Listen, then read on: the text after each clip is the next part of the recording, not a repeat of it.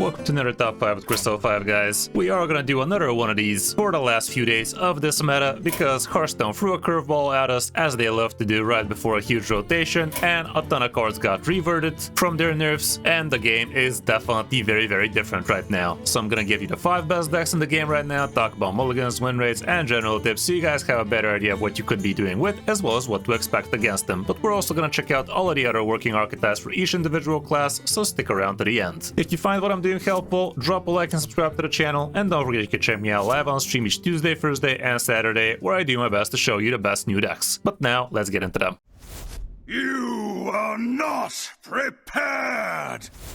The first deck on the list is gonna be one I actually showed you already on my channel, and this would be none other than Location Warlock. Location Warlock was an absolute menace not too long ago, but it did got nerfed. But with all of those nerfs reverted, the deck is pretty OP once more. Why is it so OP? Well, we got ourselves Ultralisk Cavern back at 3 mana, we have ourselves 1 mana spawning pools as well, and we also have 10 mana Seaside Giants, which do get discounted by 2 each time you use a location, and you do that plenty. This list is definitely a little bit different from the one I showed you. It does have things like a couple of Eat the Imps, it also has Dreadhound Handlers, 2 Corpsicles as well, but all around the idea is still the same. Get yourself locations quick, drop giants fast, and get yourself double giants out of your Ultralisk Caverns thanks to your Summoner Dark Marrow, which also allows you to run all of those Death Knight cards. We also have Scrapping Book Student, with which you get to copy the last charge of Ultralisk Cavern, which could be huge, or a second copy of Horizon's Edge, that kind of stuff. But yeah, all around the deck can cheat out a ton of extra stats super early, and not many decks can handle that. We don't have too much stats on the matchup section, get used to that, but as for the mulligan going first, here's what people have been going on for. You want your good cheap locations, the early game minions, the Nidus Worms, Horizon's Edge even if you're curving into it, Eat the Imp might make sense, Curse Catacombs as well, the rest not so much. On the coin we can see plenty of the same stuff, keep anything under 3 mana usually, and you should be good. For other good Warlock decks right now, this is the one I'm showing you. We also have a different variation of the deck,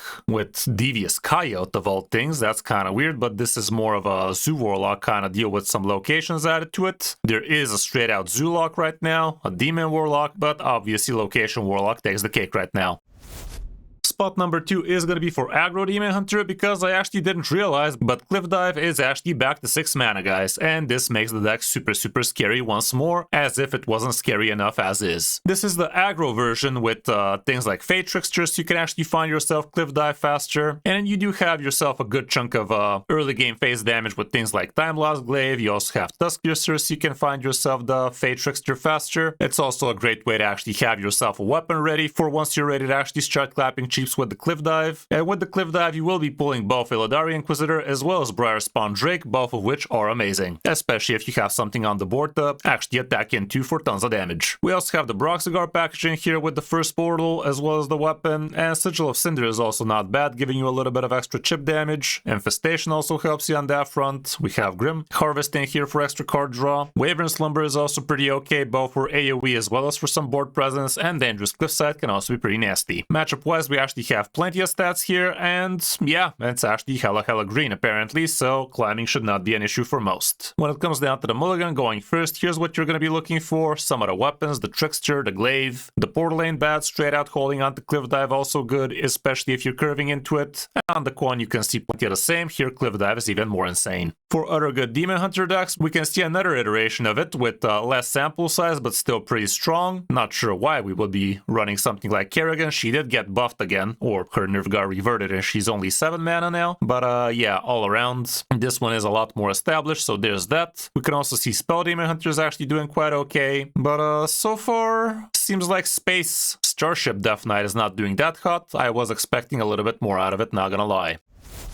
Spot number 3 goes for Protos Priest, which also got quite a few cards unnerfed for it, including things like Chrono Boost, which got down to 4 mana, as well as Artanis, which got down to 7. The rest, I think, is pretty much the same deal, so nothing too crazy. Orbital Halo is still only giving +1/+1, and everything else is still pretty standard stuff for the deck, so you've already know what Protos Priest is all about. Now it's just a little bit quicker. Resuscitate is still at 6 mana apparently, so there's that. It is an Ungoro card after all, so they don't don't revert nerfs from those. For the matchups, here's what we have. Apparently, Broxigar Demon Hunter is not going to be that great. Aura Pally might be a little bit too tough, and Thief Rogue also on the negative, but not by much. And this deck doesn't have too much sample size, gotta warn you about that, but it definitely did have good win rate. When it comes down to the mulligan, here's what it looks like going first. You want your weapon, the sentry, the bird watching, photon cannon ain't bad, chrono boost, especially if you're curving into it. Catch of the day for turn 1 is not the worst, even though you'd be much happier if you get it out of the weapon. Xavius, if you curve into it, also might make sense, and if you have a good spot on your orbital halo, that might also be a good keep, but don't just keep it as is. On the coin, again, same deal, so there is that. For other good priest decks, we don't really have anything else, and this is the small sample size I'm talking about, but it's definitely worth mentioning with a win rate like this.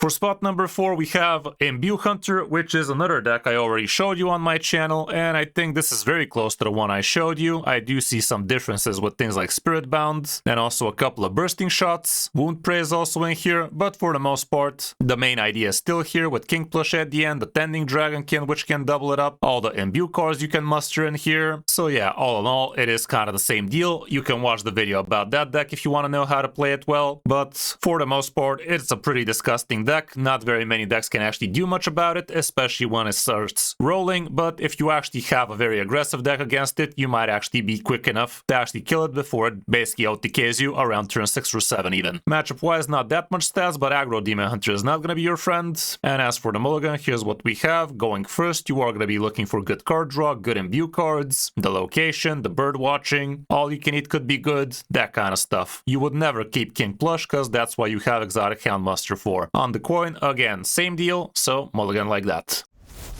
And spot number 5 is actually for another Hunter deck, which is Discover Location Hunter. Maxibon has absolutely been crushing with this thing, so why wouldn't you? It's not the easiest deck in the world to play well, but it is definitely a pretty good deck. You have yourself the Neri package, you have yourself the Location package with the Seaside Giants. Kerrigan is also in here because she got unnerfed. And we do have a lot of Zergs in here with things like Hydralisk, the Spawning Pool, that kind of stuff. You could be dealing a good chunk of damage from hand, you could be tempoing out a good chunk of Giants, and you could also be OTKing with the help of Neri, so why wouldn't this deck be crazy good? We don't have stats on the matchup section, but for the mulligan, here's what it's going to look like. You are going to want to keep yourself location, card draw, Exarch Niall obviously, bird watching might be great, Nidus Worms. I would not really hold on to Seaside Giant straight out. Maybe if I already have double Spawning Pool, sure, but, or at least Spawning plus Parrot Sanctuary, but not straight out, that's for sure. On the coin, again, similar stuff, so mulligan like that. For other good Hunter decks, these are the two I am showing you, but we can also see another version of Imbue Hunter. This one is with the Sylvanas sisters I actually showed you on the channel, but apparently without the Sylvanas sisters you should be doing a little bit better. Straight out Discover Hunter is also looking good, but this is again with a Zerg package into it and the location package, so it's just a different take on the location. Discover Zerg 1, and Face Hunter has seen better days.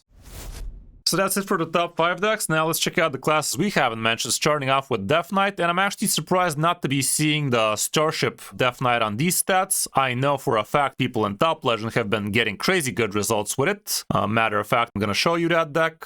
Here it is. Sanya apparently has been doing crazy good with it. 20 wins, 7 losses in top 30 Legend, no doubt. So yeah, this deck definitely looks pretty strong. You can give it a try. It's a Blood Unholy kind of deal with double blood, Corpse Explosion action in it. We have the Arcanite Defense Crystals unnerfed. Threads of Despair is also down to 2 mana again. So plenty of things are going well for this deck again. The location, all around, looks pretty solid. As for other Death Knight decks, this is what we have over at HS Replay. So all around, not that bad. Hand Buff Death Knight, Corpse Death Knight, still okay. Death Rattle Death Knight, a different iteration, that kind of stuff. For Druid, we don't have anything after the patch came out. With Mage, Big Spell Mage, more like Arcwing Mage is still looking okay, and Elemental Mage is kind of back on the menu. It is definitely looking a lot better than it used to because Lamplighter can go face for a ton of damage again, but we're still missing quite a few good pieces from the deck from before, but it is definitely very usable, and it's also hella cheap.